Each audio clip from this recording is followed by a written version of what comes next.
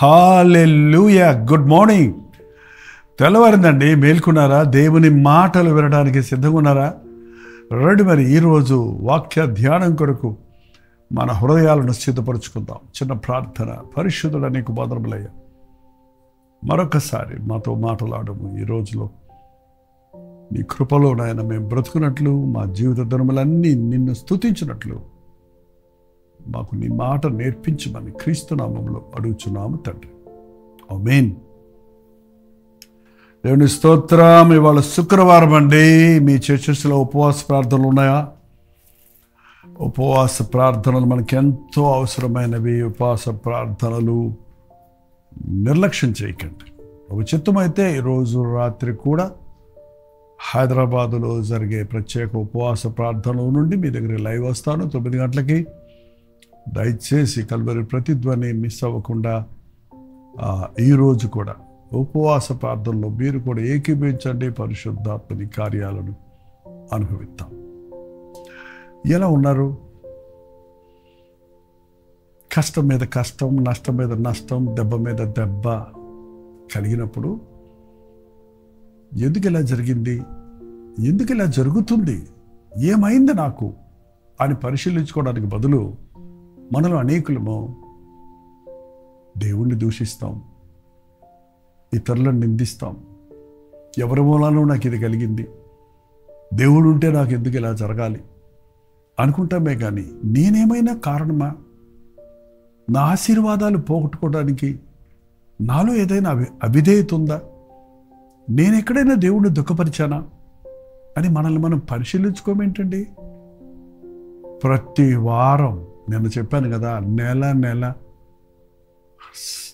రోజు ప్రతిరోజు మనల్ని మనం తెలుసుకోవాలి. ఏ నెలకు ఆ నెల మన పనులు ముగించుకోవాలి.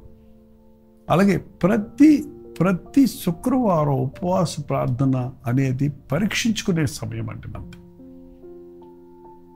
ఈ వారం అంతట్లో నా భక్తి జీవితం ఎట్లా ఉంది అని పరిశీలించుకోవాలి. నేను ఎంతసేపు ప్రార్థించాను అని పరిశీలించుకోవాలి.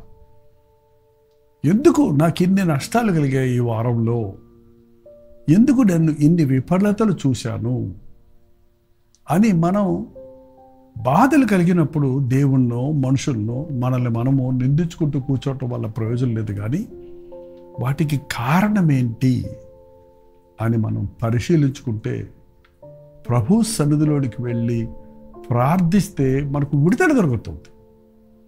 యోవేలు గ్రంథంలో అదొక కఠినమైన సమస్య ఇశ్రాయేల్ జనాంగానికి. వాళ్ళకి అన్ని బాధలే, కరువులు వచ్చి ఆ రోజు అన్ని పోయినాయి. వాళ్ళ పంటలు లేవు, పురుగులు బట్టి నానా తిప్పలు పడ్డ సమయంలో వారితో దేవుడు తన ప్రవక్తను పంపించి యోవేలును ఏం చెప్పిస్తున్నాడో చూడండి. యోవేలు గ్రంథం 2వ అధ్యాయం 12వ వచనం. ఇప్పుడైనను మీరు ఉపవాసం ఉండి, ఇప్పుడైనా మీకు నష్టం కలిగినప్పుడైనా, మీకు కష్టాలు వచ్చినప్పుడైనా, మీరు మోసపోయినప్పుడైనా, మీరు శ్రమలో ఉన్నప్పుడైనా, ఇప్పుడైనా మీరు ఉపవాసం ఉండి. ఉపవాస ప్రార్థన అనగానే చాలా మందికి భయం. కొంతమంది ఉపవాసం ఉంటారంటున్నారు, అన్నీ తింటూనే ఉంటుంటారు, తాగుతూనే ఉంటుంటారు. కనీసం ఒక 10 గంటలు నువ్వు ఏం తినకుండా ఉంటే అది ఒక పూట ఉపవాసం అనొచ్చండి కదా. కనీసం 24 గంటలు నువ్వు కేవలం నీరు తీసుకొని, వాటర్ ఫాస్టింగ్ అని కొత్తగా పేరు పెట్టాడు దానికి, నీళ్లు మాత్రం తాగి 24 గంటలు తినకుండా ఉంటే ఒకరోజు ఉపవాసం అనొచ్చు. కానీ వాళ్ళు ఉపవాసం అంటారు, ప్రార్థన నుండి మళ్ళీ తింటుంటారు. అసలు ఉపవాసం ఉండేది ఎందుకు? మనల్ని మనం బాధపరుచుకోవటం కొరక కాదే. మనం పస్తులు ఉండటం దేవుని చిత్తమా? మనం సమృద్ధి కలిగి ఉండాలనేది ఆయన ఇష్టం. కానీ మన మనసు లగ్నం చేయటానికి, మన పశ్చాత్తాపాన్ని చూపించటానికి. చూడండి, మన ఇంట్లో ఒక దుఃఖం కలిగినప్పుడు, ఒక మరణం వచ్చినప్పుడు, ఒక శ్రమ వచ్చినప్పుడు తిండి చక్కగా మర్చిపోతాం. అలాగే దేవుని సన్నిధిలో మన స్థితిని గ్రహించుకుంటూ ఈ లోక సంబంధమైన భోజనం సంగతో లేక సుఖం సంగతో విడిచిపెట్టి నాకు ఈ కష్టాలు వచ్చాయి ప్రభువా అని ఉపవాసం ఉండి ప్రార్థించాలని దేవుని వాక్యం చదివిస్తుంది. ఇప్పుడైనా మీరు ఉపవాసం ఉండి కన్నీరు విడిచుచు దుఃఖించుచు మనఃపూర్వకముగా నా యొద్దకు తిరిగి రండి. కన్నీరు విడిచుచు దుఃఖించుచు మనస్ఫూర్తికంగా నా యొద్దకు తిరిగి రండి. మనం ఏడవాలని దేవుడు చెప్పడం లేదు, కానీ నీ హృదయం కదలాలి. గుండె కదిలితే కన్నీరు వస్తాయండి. పశ్చాత్తాపం కలిగినప్పుడు కన్నీటిని ఎవ్వడూ ఆపలేడు. కన్నీరు విడిచుచు హృదయపూర్వకముగా దుఃఖించుచు మనఃపూర్వకముగా. ఒక్క నిమిషంలో కన్నీరు కారి ఆగిపోతాయి, కానీ దుఃఖం అనేది, ఆ రోదన అనేది, ఆ పశ్చాత్తాపానికి గుర్తండి. ఆ పాపాత్మురాలు ప్రభు పాదముల తట్టుకు వెనుక తట్టు పాదముల ఎద్దుకు వచ్చి కన్నీటితో ఆయన పాదములను తడిపి, అంటే ఆమె ఎంతసేపు దుఃఖించిందో, ఎంతగా ఆమె కన్నీరు ఆయన పాదాలను తడిపిందో చూస్తే పశ్చాత్తాపం అనేది అక్కడ చూస్తున్నామట. మన జీవితంలో మనం కన్నీటి ప్రార్థన చేసి ఎంతకాలమైంది? ఒక 5 నిమిషాల్లో ప్రార్థన ముగించేస్తున్నామా? లేక కనీసం మనం భోజనం చేసినంతసేపు, ఎంతసేపు చేస్తారు మీరు? మినిమం 10 to 15 minutes, కొంతమంది అయితే అరగంట, గంట. కనీసం అంతసేపు దేవుని సందులో ప్రార్థించేవారిగా మనం ఉన్నామా? మన గుండె కదిలి మనఃపూర్వకంగా నీవు నన్ను ఆశ్రదిస్తే కానీ నేను నిన్ను విడిచిపెట్టాను యాకోబు ప్రార్థించాడు చూడండి నా రాత్రి. అలా మీరు ప్రార్థించి ఎంతకాలమైందంటారు? ఇప్పుడైనా కష్టాలు వచ్చినప్పుడైనా, ఇప్పుడైనా నష్టాలు వచ్చినప్పుడైనా, ఇప్పుడైనా మీరు అనుకున్నది జరగనప్పుడైనా, ఇప్పుడైనా అకస్మాత్తుగా ఆపదలు శ్రమలు మిమ్మల్ని చుట్టుకున్నప్పుడైనా, ఇప్పుడైనా మీకు ఏ దిక్కు లేని స్థితిలో, ఇక ప్రభువు దిక్కు అనుకున్న స్థితిలోనైనా ఇప్పుడైనా మీరు ఉపవాసం ఉండి కన్నీరు విడిచొచ్చు మనఃపూర్వకముగా తిరిగి రండి, నా యొద్దకు రండి, తిరిగి నా యొద్దకు రండి. ఇదే యెహోవా వాక్కు. ఇదే ప్రకటించబడినప్పుడు దేవుని వాక్యం మనకు హెచ్చరిస్తుందండి. నా యొద్దకు రా, నీ ఏడుపేదో నా దగ్గర వచ్చి ఏడవమంటున్నాడు. మనం పోయి అక్కడ ఇక్కడ ఏడ్చుకుంటుంటాం, లేకపోతే ఎవరికి చెప్పకుండా దిండులో తలపెట్టి ఏడ్చుకుంటుంటాం. కొంతమంది అయితే అద్దంలో చూసుకొని ఏడ్చుకుంటుంటారంట ఈ మధ్యలో. ఇంకా పెళ్ళుపుకుంటూ దుఃఖం వస్తుందట. ఏంటంటే యేసు వద్దకు రండి, మీ దుఃఖము మీ కన్నీరు తొడవగలిగిన వాడు ప్రభు అక్కడే. మీ దేవుడైన యెహోవా కరుణావాత్సల్యం గలవాడను శాంతమూర్తియు అత్యంత కృపగలవాడై ఉన్నాడు గనుక తాను చేయనుద్దేశించిన కీడును చేయక పశ్చాత్తాపడు గనుక మీ దేవుడైన యెహోవా ఆయన దగ్గరకు వస్తే ఆయన ఎలాంటి వాడంటే, ఆయన అడిగితే కరుణావాత్సల్యం కలిగిన వాడు, శాంతమూర్తి, అత్యంత కృప కలిగిన వాడు. ఎంత చక్కటి ప్రభు అంటే మనకున్నాడు, ఎంత గొప్ప దేవుడు అంటే మనకున్నాడు. కరుణా వాత్సల్యతలు కలిగిన వాడు, శాంతమూర్తి, అత్యంత కృప కలిగిన వాడు. తాను ఉద్దేశించిన కీడును చేయక పశ్చాత్తాపడును గనుక. మనం పశ్చాత్తాపడితేనటండి, మనం మనసు మార్చుకుంటే ఆయన తన మనసు మార్చుకుంటాడట. పాపానికి కఠినమైపోయిన మన మనస్సు పశ్చాత్తాపంతో ప్రభు సన్నిధికి వెళితే, కోపంతో ఆయన నిన్ను దండించడానికి ఎత్తిన చేతిని ఆయన నిన్ను దీవించడానికి వాడతాడు. నిన్ను శిక్షించడానికి ఎత్తిన హస్తంతోనే నీ కన్నీరు తుడిచి నిన్ను ఆదరిస్తాడు. ఎంత గొప్ప దేవుడు. మన పిల్లలను చూడండి, మనం కొడుతున్నప్పుడు కొంతమంది పిల్లలు పారిపోతుంటారు, దూరంగా పారిపోతున్నప్పుడు ఏం చేస్తారు? మీరు ఆ బెత్తం పట్టుకొని వాళ్ళ మటుకు పరిగెడుతూ ఉంటారు. ఇంకా పరిగెత్తిస్తున్నారు అనుకోండి, మీ కోపం ఎక్కువైపోతున్నప్పుడు ఇంకా గట్టిగా శిక్షిస్తారు, టపా కొడతారు. అదే ఏదైనా ఒక బిడ్డ మీరు కొట్టబోతున్నప్పుడు మమ్మీ లేక డాడీ అని నిన్ను కౌగులించుకుంటే, నిన్ను వాటేసుకుంటే, నువ్వు ఒకవేళ నీ చేతిలో బెత్తం ఉండి బిడ్డను కొట్టాలని ఇలా కొట్టడానికి ప్రయత్నించినా ఇట్లా కొట్టడానికి ఫోర్స్ ఉండదండి. ఇట్లా కొట్టలేరు. అట్లయితే కొట్టవచ్చు. నీ బిడ్డ నిన్ను హత్తుకొని ఉన్నప్పుడు నువ్వు కొట్టాలన్నా కొట్టలేవు ఆ బిడ్డ. అంతేకాదు, ఒకవేళ 2 దెబ్బలేస్తే సొరకమని నీకు కూడా నొప్పి కలుగుతుంది, ఆ దెబ్బ తగులుతుంది. దేవుడు అదే అంతకంటే ప్రేమ కలిగిన ప్రభు. ఏ తప్పు చేసినా యేసయ్యే నా దిక్కు అనుకున్నవాడు శిక్షణ తప్పించుకుంటాడండి. ప్రభు పాదాలు పట్టుకున్నవాడు క్షమించబడతాడు. పశ్చాత్తాపడినవాడు దేవుని కృపా వాత్సల్యతను పొందుకుంటాడు. ఎప్పుడైనా మీ కీడుకు కారణం, మీ శాపాలకు కారణం, మీ నష్టాలకు కారణం, మీకు కలిగిన యాక్సిడెంట్లకు కారణం, మీకు పుట్టిన బిడ్డ మరణించడానికి కారణం, మీ బిడ్డలలో అనారోగ్యాలు కలగడానికి కారణం, అనుకోని రీతిగా నీవు పొందిన నష్టాలు, వ్యాపారాల్లో పొందిన దివాళాలు, అటువంటి పరిస్థితుల్లో చచ్చిపోదాం అనుకునే పరిస్థితులు అవి.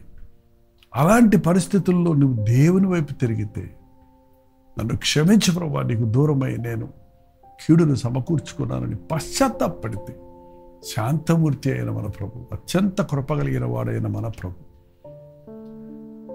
తన వాత్సల్యతను, తన ప్రేమను మన పట్ల చూపిస్తాడు.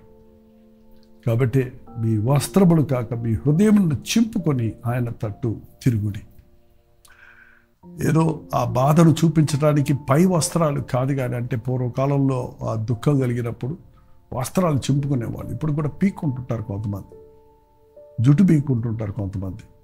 పైన జుట్టు పీక్కోవటమో, నెత్తి కొట్టుకోవటమో, వస్త్రాలు చింపుకోవటమో కాదు కానీ, మీ హృదయాలను చంపండి. మీ గుండెను విరిగి నలిగిన గుండెగా మార్చుకోండి. పశ్చాత్తాపడండి. సింపుల్. నీ తప్పు నీకు తెలిసినప్పుడు, పరిశుద్ధాత్ముడు నిన్ను ఒప్పించినప్పుడు పశ్చాత్తాపం కలుగుతుంది. యేసయ్యా, ఐఎమ్ సారీ అన్నట్టు, ప్రభువా నన్ను క్షమించు అని మనస్ఫూర్తిగా నీవు అన్న మరుక్షణమే ఆయన కృపగలిగిన హస్తము నిన్ను ఆదరిస్తుంది, క్షమిస్తుంది. నీ విశ్వాసము నిన్ను స్వస్థపరిచింది. వెళ్ళు, నీ పాపములు క్షమించబడినవి, ఇక నువ్వు వెళ్ళి పాపము చేయకుము అన్న ప్రభువు మాటలు ఆనాడే కాదు, ఈనాడు కూడా మన పట్ల నెరవేర్చడానికి ప్రభు ఆశ కలిగి ఉన్నాడు. ఒకవేళ ఆయన మనసు తిప్పుకొని పశ్చాత్తాపడి మీ దేవుడైన యెహోవాకు తగిన నైవేద్యము, పానార్పణము మీకు దీవెనగా అనుగ్రహింపడని ఎవడు చెప్పగలడు? రండి, ప్రభు సన్నిధిలో ప్రార్థిద్దాం. 17 వచనం కూడా చదువుతున్నాను వినండి. యెహోవా పరిచర్య చేయు యాజకులు మంటపమునకును బలిపీఠమునకును మధ్య నిలువబడి కన్నీరు విడిచుచు, యెహోవా నీ జనుల ఎడల జాలి చేసుకొని అన్ని జనులు వారి మీద ప్రభుత్వం చేయునట్లు వారిని అవమానమునకు అప్పగింపక, లేని ఎడల అన్ని జనులు వారి దేవుడు ఏమాయనని అప్పగింపకు, లేని ఎడల వారి పనులు ఏమాయనని అందురు. ఏంటి ఎంత బచ్చారన్నమాట. మనం అప్పగించబడితే, మనం శ్రమల పాలైతే, మనం నష్టాల పాలైతే మనకే కాదు నష్టం, మన ప్రభువు కూడా ఆయన నామానికి సిగ్గు కలుగుతుందండి. చుట్టూ వారు మీ దేవుడు ఏమాయను అని అడిగినప్పుడు మనం ఏ సమాధానం చెప్పగలం?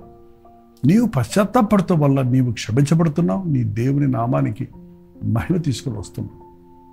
ఈ యాజకులు, సేవకులు, మాలాంటి సేవకులు ఈ రోజున దేవుని సన్నిధిలో ఆత్మల కొరకు గోజాడవలసి ఉందండి. వాక్యం వినే మీ అందరి కొరకు మేము ప్రార్థిస్తున్నాం. ఎందుకంటే అది మీరక్కడ మేమెక్కడ ప్రార్థించినప్పుడు దేవుడు జాలి చేసుకుంటాడు, దేవుడు కృప చూపిస్తాడు, దేవుడు తన అద్భుత కార్యాలు జరిగిస్తాడు. మీ ఇంట్లో ఉన్న బిడ్డలు అవిధేయులైతే మీరు ప్రార్థించండి. మీరు ఇంటి యజమానిగా ఉంటే మీ కుటుంబం అంతటి కొరకు మీరు ప్రార్థించండి. మీరు నాయకులుగా ఉంటే మీ సంఘం అంతటి కొరకు ప్రార్థించండి. ఈ అంచెదినాల్లో సంఘమంతా పశ్చాత్తాపడవలసిన దినములండి ఇవి. సంఘాలు చల్లారిపోయిన స్థితిలో ఉన్నాం. విశ్వాసులు వారి విశ్వాసాన్ని పోగొట్టుకొని లోకంతో మిళితమైపోయిన పరిస్థితుల్లో ఉన్నారు. కాబట్టి ఇప్పుడైనా ఉపవాసం ఉండి మనల్ని మనం తగ్గించుకుందాం. మన హృదయాలను దేవుని సన్నిధిలో చింపుకుందాం, ప్రభువుకు చెప్పుకుందాం. మీ హృదయంలో చింపుకోండి అంటే మీరేం కత్తి తీసుకొని చింపుకోక్కర్లేదు. మీ హృదయం తెరిచి మీ హృదయంలో ఉన్న సంగతులు అన్నీ దేవునికి చెప్తే ఆయన నేనే నా చిత్తానుసారంగా నీ దోషములు తుడిచివేయుచున్నాను, మరి ఎన్నడూ నేను వాటిని జ్ఞాపకము చేసుకోను అని అభయమిస్తాడు. ప్రార్థన. పరిశుద్ధుడ, ప్రేమగల్ల తండ్రి, ఒక్కసారి మా వైపు చూడు నాయన. ఇప్పుడైనా, శ్రమలు వచ్చినప్పుడైనా, కష్టము కలిగినప్పుడైనా, నష్టములు చవి చూసినప్పుడైనా, ఇరుకులు ఇబ్బందులతో కూడినప్పుడైనా మేము ఉపవాసం ఉండి కన్నీరు విడిచుచు హృదయపూర్వకముగా నీకు మొరపెట్టుకున్నటకు నీ జాలి, దయ, కనికరము, కృపను పొందుకొని మరింతగా నిన్ను మహిమపరిచే జీవితాలు జీవించుటకు ప్రతిరోజు నీ వాక్యం వింటున్న ప్రతి ఒక్కరిని దర్శించము. పశ్చాత్తాపం మాకు దయచేయము, కన్నీటి ప్రార్థన మాకు దయచేయము. ఉపవాస ప్రార్థనలోని శక్తిని మేము గుర్తించుటకు నీ సన్నిధిలో మోకాళ్ళు నీ గోజాడుటకు సహాయం చేయమని క్రీస్తు నామంలో అడుగుచున్నాము తండ్రి. ఆమేన్. తండ్రి అయిన దేవుని యొక్క ప్రేమయు, కుమారుడైన క్రీస్తు యొక్క కృపయు, ఆదరణకర్త అయిన పరిశుద్ధాత్మ యొక్క సహవాసం కూడి వచ్చిన మనందరికీ ఇప్పుడున్న సదాకాలం తోడయుండును గాక. ఆమేన్. దేవుని స్తోత్రం. మీ ప్రార్థనా సత్తల భారాలు 9540 నెంబర్కి, మీరు ఇతర దేశాల్లో ఉంటే 91001000 నెంబర్కి ఒక టెక్స్ట్ లేక వాయిస్ మెసేజ్ ద్వారా వాట్సాప్ చేయండి. మీ పక్షంలో మేము ప్రార్థిస్తున్నాం, మీరు కూడా ప్రార్థించండి. దేవుడు తన అద్భుత కార్యాలు జరిగిస్తాడు. ప్రభుత్వం అయితే మధ్యాహ్నం 3 గంటలకు హెచ్చరిక, అలాగే రాత్రి 9 గంటలకి హైదరాబాద్లో లేక సికింద్రాబాద్లో జరిగే లార్డ్స్ చర్చ్ నుండి జరిగే ఉపవాస ప్రార్థన మీకు కూడా లైవ్ లింక్ను కనెక్ట్ చేస్తున్నాం. మాతో పాటు కలిసి మీరు కూడా ఉపవాసం ఉండి ప్రార్థించండి. అంతవరకు దేవుని మహాకృప మీకు తోడైనది గాక.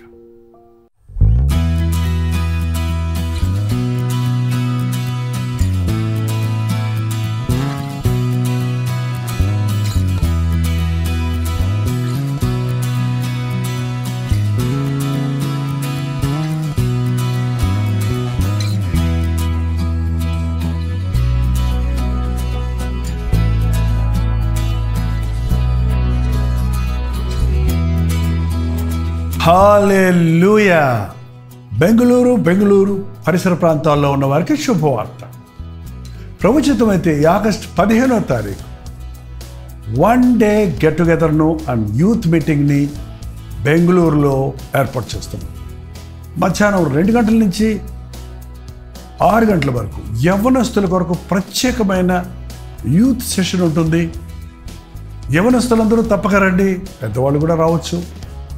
ఇది మీకు ఎంతో ఉజ్జీవకరంగా, ఆశీర్వాదకరంగా ఉంటుంది. మీ సమస్యలు తీర్చుకోవడానికి, మీరు ఆధ్యాత్మికంగా ప్రభువుకు సాక్షులుగా జీవించినట్లు దేవుని సన్నిధిలో ఆయన బలమును పుంజుకోవడానికి మీకు ఎంతో ఉపయోగకరంగా ఉంటుంది. యవ్వన బిడ్డలారా, తప్పకుండా రండి, ఆధ్యాత్మిక బలాన్ని పుంజుకోరండి. 6 గంటల నుంచి 10 గంటల వరకు రెండో సెషన్ ఉంటుంది. ఈ 2 సెషన్స్లో మీరందరూ పాల్గొని దైవాశీర్వాదాలు పొందాలని, మిమ్మల్ని ముఖాముఖిగా చూసి మీకోసం వ్యక్తిగతంగా ప్రార్థించాలని ఆశపడుతున్నాను. 2వ సెషన్ అయిన తర్వాత వ్యక్తిగతంగా ప్రార్థించడానికి సమయం చాలటం లేదు కనుక, మొదటి సెషన్ అయిన వెంటనే వ్యక్తిగతంగా మీ కొరకు ప్రార్థన చేయడానికి నేను సిద్ధంగా ఉంటాను. మీరు సమయానికి వచ్చినట్లయితే ఖచ్చితంగా మీ కొరకు ప్రత్యేకంగా ప్రార్థన చేయడానికి నేను అందుబాటులో ఉంటాను. చిరునామా గమనించండి. Hudson community centre, CSI compound, opposite to Mitralaya girls high school, near corporation circle, Bengaluru. ఇంకా విషయమే మీకు వివరాలు కావాలంటే 9884707779 లేక 9884807779 అనే నంబర్లకు మీరు కాల్ చేయండి, లేకపోతే వాట్సాప్ మెసేజ్ పెట్టండి, లేదా 954041 నెంబర్కి వాట్సాప్ పెట్టండి. తప్పక వస్తారు కదా.